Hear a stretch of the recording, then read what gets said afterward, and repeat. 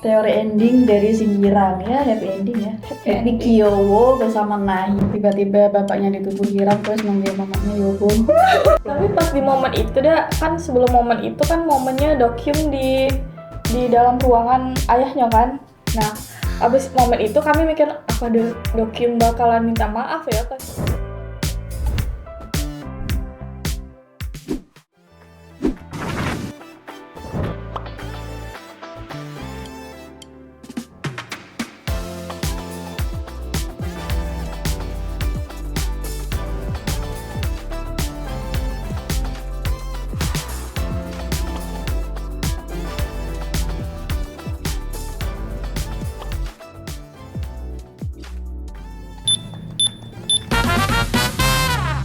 Ngotain drakor, Ngotain aja nggak sih? Akhirnya kita kembali lagi di part 2 drakor Phantom Lawyer. Nah, kali ini ada dari pembahasan episode 9 sampai 16 ya. Pada akhirnya drakor ini tamat dengan meraih rating 7,6%. Langsung saja nggak sih kita bahas teori yang kemarin kita agung-agungkan gitu. agak malu sih. Cukup banyak ya teorinya. Yang pertama itu ada masa lalu, teori dari masa lalunya Shinjirang. Nah ini kemarin kenapa nih kita bahas ini? Karena nama Shinjirang. Kenapa dia ya yang terpilih menjadi pengacara yang bisa melihat hantu. Itu. Tapi di endingnya ini tidak terjawab. Mungkin maksudnya PDNim ya udah dijawab di paruh pertama itu kali ya. Dari yang nama itu. Iya, yang dia menjelaskan kenapa di masa lalunya dia tuh dulu dia diejek temennya kan. Iya. Yang Hirang itu temenan sama hantu. Kan dia selalu ditanya tuh, nunggu ya gitu kan, ketemu siapa nih temennya yang hantu itu. Dan akhirnya benar. pas dewasa itu dia jadi punya teman hantu beneran gitu. Tapi kayak not bad lah ya. Kayak simple nih ya. Maunya nulisnya ya. Nulisnya simple nih ya. Ya mungkin karena kita terlalu berharap nggak sih, jadinya kayak oh ternyata sesederhana itu. Itu selanjutnya ada teori misteri meninggalnya ayah Hirang. Tapi ini kayaknya di ending aja nggak sih? Terjawab semua nanti. Ya kan? Kemudian ada teori hubungan pengacara yang Dokyung dengan Shinjirang. Kenapa yang Dokyung itu kayak sensitif, emosional gitu kan kalau sama Shinjirang. Ternyata ya karena pure bisnis aja ya. Kayak dia antar rival di dunia hukum juga rival di dunia percintaan. Iya, benar. Jadi ternyata ya nggak ada apa-apa ya, memang ada orang-orang yang kadang-kadang tuh kelihatannya kayak nyebelin aja gitu. Cuman di sini yang Dokyung itu dia soal kalah apa menang ya? Tapi dia menang nggak sih? Dia diuntungkan nggak sih? Iya, dia kalau diuntungkan. Kalau nggak ada Nahyun juga dia kalah. Iya. Pas setelah peninggalannya Nahyun kan dia juga mengalami kekalahan kan. Makanya kayak kalau soal kalah aku juaranya guys. Terus itu ada teori Dokyung apakah villain. yang Dokyung villain kemarin kan kita ada sempet nyerempet-nyerempetin dia. Tidak lah sih. Ya, ternyata enggak. Ya memang pure Senormalnya karakter orang. Iya, karakter Bukan orang yang pada umumnya kita temuin aja. Dia kelihatan nyebelin karena memang kayak menghambat langkah Shinjirang aja gitu. Terus teori konspirasi firma hukum Tebek. Nah ini ternyata ada kaitannya dengan Masa lalu. meninggalnya ayah Hirang. Benar. Nah itu apakah kita langsung mau mengupas? Ada lagi nggak yang lain? Teori yang lain? Teori yang lain ada pengacara yang Byung Il atau bapaknya yang Dokyung adalah dalam kematian ayah Shinjirang. Itu Ini nyambung berkaitan, ya, itu nyambung kan? Iya, berkaitan. disambung. Berarti dari teori konspirasi firma hukum. Iya. Nah, ternyata memang konspirasinya gede ya di balik menterengnya sebuah firma hukum, kesuksesan seseorang berapa tuh? 20 tahun ya? 20 tahun Iya, 20 lalu. tahun. 20 tahun berlalu. Ternyata memang waktu itu akan menguak kebenaran ya, kapanpun itu. Jadi meninggalnya ayah Shinjirang itu juga ternyata rekayasa, udah perencanaan dari bapaknya yang Dokyung gitu kan. Yang sebenarnya dia awalnya bukan orang jahat ya, Iya. Dia cuman kayak dia selalu kalah dah sih. berada di Jadi posisi dia yang nyari kesempatan, dapat nih, udahlah dilanjutin. awalnya dia baik, terus dia berada di posisi yang sulit karena dia dekat dengan seorang pejabat. Terus ditawarin lah kekuasaan, akhirnya tergiur, muncullah tindakan kriminal gitu. Jadi kayak kalau misalnya dia bisa stabil ya, tidak tergiur oleh tawaran-tawaran itu, mungkin dia juga akan mencapai kesuksesannya sendiri gitu loh, tanpa harus mengorbankan nyawa orang. Tapi ini tuh filmnya udah kayak terduga-duga dari awal kan, Iya, jadi kayak udah nggak ada ketebak dari kejutan awal. gitu loh. Dan berharapnya sih enggak nih, janganlah gitu, tapi ya nggak ada pilihan lain gitu kan. Ternyata. Terus jadi kasihan anaknya ya, si yang Dokyung itu. Dokyung itu sebenarnya cuman pengen diakui aja dari ayahnya. Dia pengen pengakuan, validasi dari ayahnya kalau dia tuh memang bisa, mampu tanpa campur tangan ayahnya sendiri. Tapi sampai akhir dia tidak mendapatkan pengakuan itu. Jadi ketika dia tahu ayahnya itu seorang kriminal, dia tuh berusaha denial pertama, kayak enggak kok, bapakku nggak gitu. Yang kedua, ya udah kalau emang udah kayak gitu, yang penting aku membereskan masalah bapakku dengan benar gitu. Siapa tahu nanti aku bakal diakui sebagai penerus yang hebat gitu kan. Tapi pada akhirnya enggak.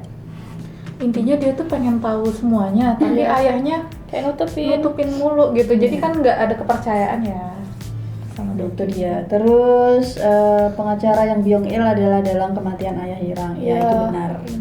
Karena dia merencanakan kecelakaan ya, kecelakaan, terus itu penggunaan narkoboy, korupsi, dan merusak nama baik ayahnya Shinjirang. Terus teori kasus yang dikuak oleh ayah Shinjirang.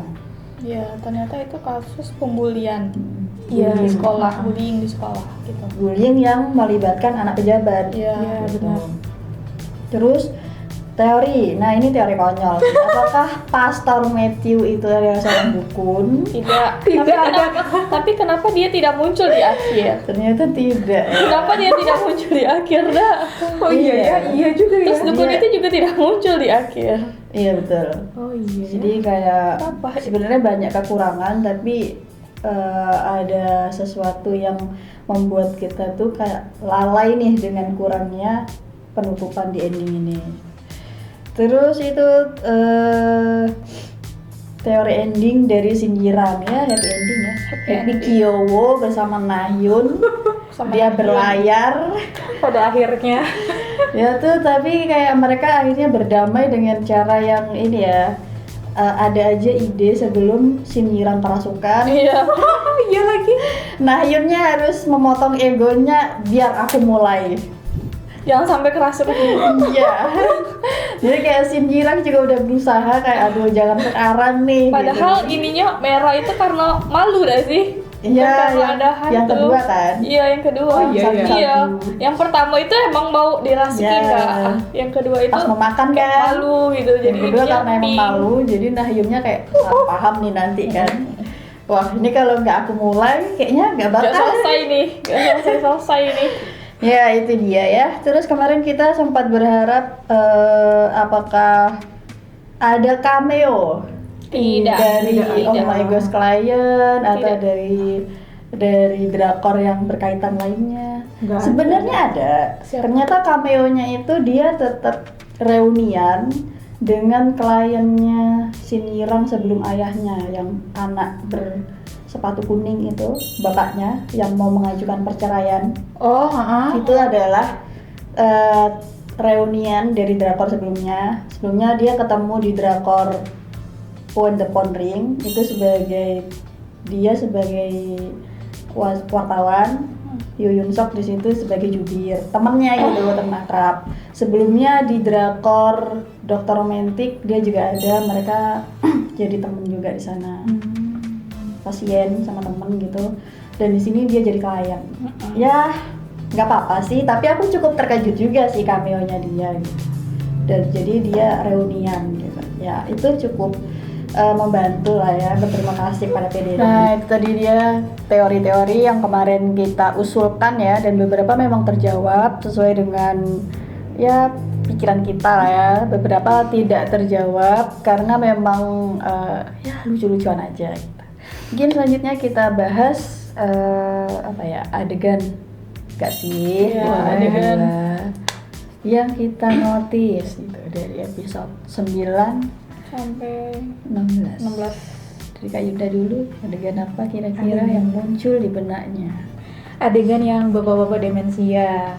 Pas saat ini ternyata itu bapak demensia itu tuh mencintai istrinya dari awal hingga akhir, tapi salah paham nih. Nah aku momen yang mbak-mbaknya yang dari Korea Utara itu ternyata tidak ada menyimpan dendam kepada si istrinya bapak demensia ini gitu. Aku kayak ya salut lah dengan keadaan yang situasi itu. Aku kira itu bakal chaos banget nih, ada kayak sisi kebencian di dalam hati si Mbak Korot ini dari Korea Utara ini kan, kayak gitu. Ternyata enggak, ternyata manis gitu cerita di akhir.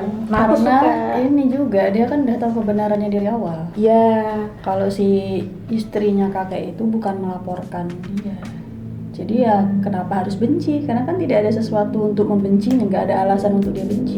Yang ngerasa ngelaporin kan cuman istrinya kakek itu. Dia ngerasa bersalah gitu. Iya.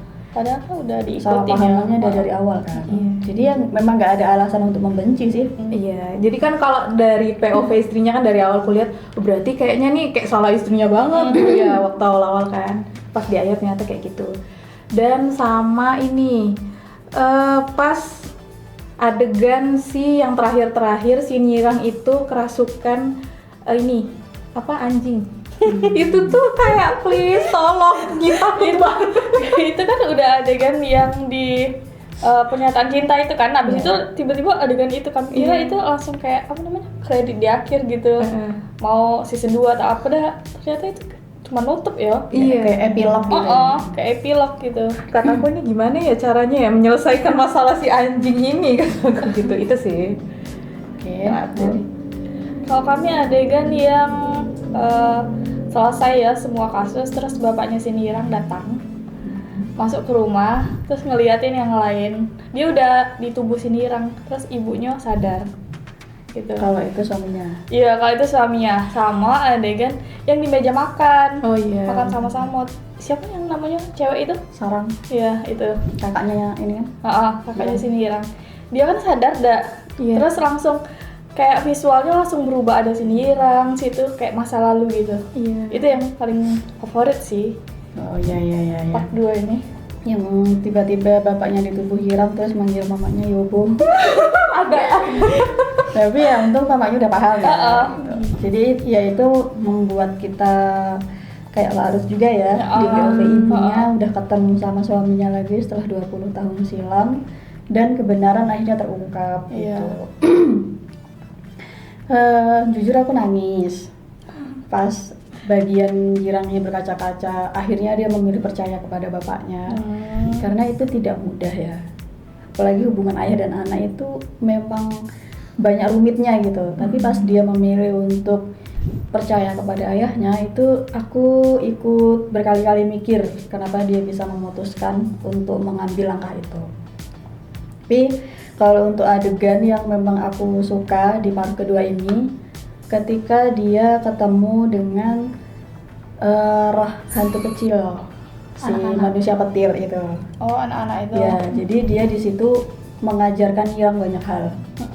Nah, apalagi yang dia bilang, pokoknya tentang ayah dan anak lah di situ. Ada yang dia bilang anaknya itu dia kan lagi nggak enak badan apa gitu kan, terus orang tuanya dia ngeliat ayahnya capek, dia tuh di POV anaknya dia nggak pengen ayahnya tuh repot karena dia sakit gitu loh. Nah di situ Hirang juga kayak mikir gitu kan, itu kayak flashback buat dia dengan ayahnya juga gitu.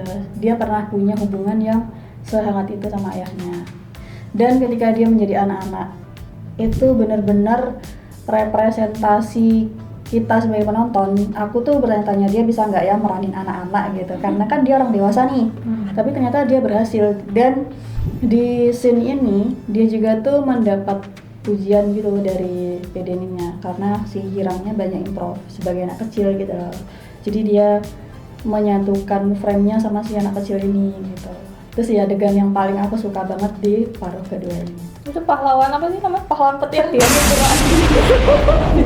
Tangannya Dia tuh bisa gitu loh Lucu gitu. bertingkah sebagai anak kecil, terus juga sesuai dengan umur ponakannya yang dabong itu. Dabong. Ya itu dia, apalagi yang momen-momen dramatik dia menyelamatkan korban itu kan, dirasukin anak kecilnya itu, aku nggak expect sampai si anaknya tuh nolongin Iya, sampai masuk ke megang tubuhnya pistol itu bisa sih. kan? Dia kepikiran gitu loh sampai segitunya gitu sih, kayak wah itu memorable banget. Dan itu genius part di paruh kedua ini bagi aku. Mungkin selanjutnya kita, apakah ada tokoh yang kalian notice di paruh kedua ini? Aku sih tetap Sinirang. Iya, sindirang sih.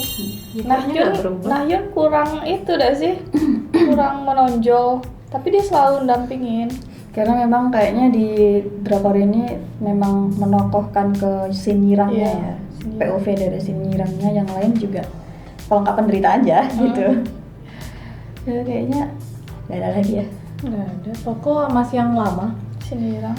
Adegan yang menurut kita tidak tuntas dan seharusnya ini dituntaskan oleh PD Nim ya. Padahal udah Iya. 16 episode nih, tapi kenapa masih ada yang ditinggal gitu. Kayak satu, kenapa tidak ada penjelasan gitu kan, dukunnya dimunculkan lagi. Seenggaknya kasihlah dia part Dukunnya, gitu kan. dukunnya ada dimunculin pas waktu siapa nih? Yang Dokyung Nemuin Iya, tapi kan gitu. di endingnya nggak dimunculin. Nggak dimunculin. Dia nggak dikasih part untuk Ngomong. iya gitu. Jadi di drakor ini tuh tidak rata untuk semua tokohnya. Dukunnya, terus bagaimana Dokyung setelah ayahnya di penjara, bahkan yang menemui kenapa harus Sinirang di penjara, kenapa tidak Dokyung dimunculkan juga. Iya. Seenggaknya obrolan ayah dan anak gitu Tidak ada kan? Enggak. Tidak ada. tidak ada. Terus juga bagaimana si pastor itu ya, Iya. walaupun itu cuman kayak bumbu-bumbu di awal Iya. ya. Kenapa dia bisa bertaubat tiba-tiba dari Terus dukun jadi juga pastor di gitu. ending kenapa pastor itu udah muncul ya? Mm-mm. Waktu mengantarin itu ayahnya Pas Sinirang. keluarganya aja kan. Gitu. Tapi itu kayaknya memang momentum keluarga kan, jadi kayaknya pastor nggak mau ikut campur gitu. Momentum Tapi keluarga. pas di momen itu dah, kan sebelum momen itu kan momennya Dokyung di dalam ruangan ayahnya kan. Nah, abis momen itu kami mikir apa Dokyung bakalan minta maaf ya ke Sinirang. Enggak. Ternyata enggak ada Mungkin scene-nya, lebih- enggak ada scene gitu. Biar kesannya lebih realistis kali ya. Karena dia juga kan ngerasa kayak aku juga nggak Nggak salah. salah amat gitu kan. Kayak Iya, emang iya. aku salah apa di hidup dia gitu kan. Kan yang menyebabkan semua ini bapak gua gitu kan. Tapi ya sangat disayangkan sih, kayak Dokyung itu kan juga salah satu tokoh utama. Kenapa nggak dikasih part juga nih di endingnya tuh, Iya, pure, terlalu tipis dah sih bagian dia. pure untuk Nahyun sama Hirang. Dan juga di sini si Nahyun juga tuh dalam membantu kasusnya Hirang tuh di paruh kedua ini nggak terlalu Menonjol. apalagi yang kerumitan kasus dari kakek demensia itu kayak pure Hirang semua. Terus dari ini urusan ayahnya ya, walaupun Nahyun itu membantu juga sih, cuman kayak ini kayak nggak imbang gitu loh, kayak terlalu Kayak Nahyun nyari nih, Sinirang udah ketemu jawabannya Iya. gitu. Terus juga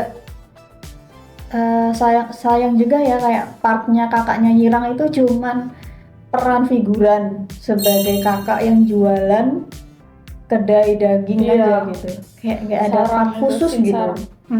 Iparnya juga gitu, kayak ya udah aku acting Bantuin. bantuin Bener-bener pemeran pendukung. tiba-tiba jadi paralegal. Iya. Ya kayak nggak ada apa-apa gitu, kayak tapi perkembangan karakternya memang terasa, cuman kayak perkembangan ini loh adegannya gitu kayak flat ya, terlalu flat gitu, kayak nggak ada apa. Terus aku pikir dia bakal memperbaiki kantornya, Si Nyirang. Iya, pindah kayak kemana gitu. Enggak. ya, atau dia seenggaknya diperbarui gitu kan, cuman upgrade nama doang, papan nama Tapi sih. kan si Nirang nih kayak awalnya kan nakal dah sih. Dia kan minjam uang Mama ya. mama itu Iya kan. benar. Uang apa nih? Jaminan. Nah, Untuk real estate itu kan, iya. ya itu juga tidak ada penjelasan apa gitu ya, kayak ini selesai tapi kayak ada yang nggak selesai gitu loh, jadi kesannya tuh kayak ada yang masih kurang gitu ya.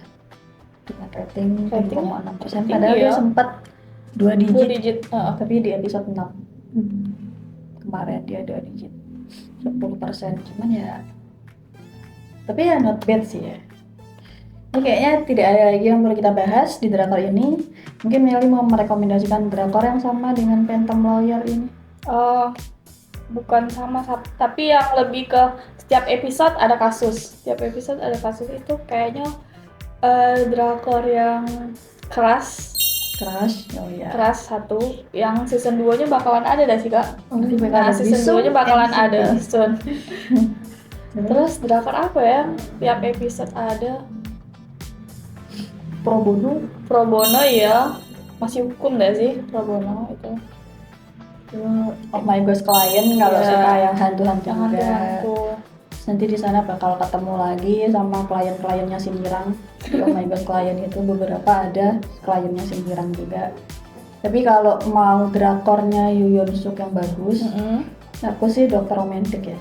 Season 1 sampai 3. So, mungkin kalau Hospital Playlist kayaknya udah pada nonton lah ya. Sampai 3 season juga kan. Terus Nah, ini yang Esom. kalau yang mamanya Shin Jirang Oh, itu banyak. Kyum. itu healer. Ya Itu benar bagus. benar. Kalau Esom tuh dulu ada di Taxi Driver, tapi Iya. dia nggak banyak muncul. Cuman sebagai jaksa, Ini ada nih LPNS nih. itu terlalu vulgar. Wah. Long time no. Oh iya, tahu. Kalau Kak Indah mau merekomendasikan apa?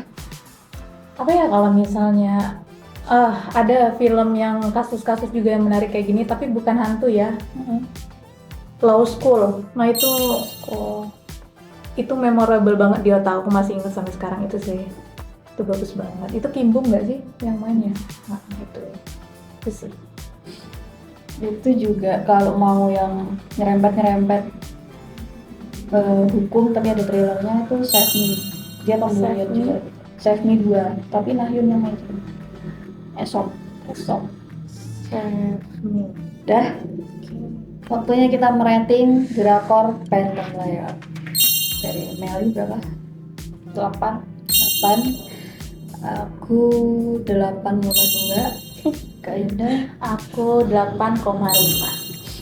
Oke, mungkin sekian ya dari kita. Terima kasih sudah menonton video kita hari ini. Jangan lupa like, comment, share, dan subscribe. Nyalakan lonceng notifikasinya supaya tidak ketinggalan video-video kita selanjutnya. See you next video dan Bye. Ngotain drakor, Ngotain aja nggak sih?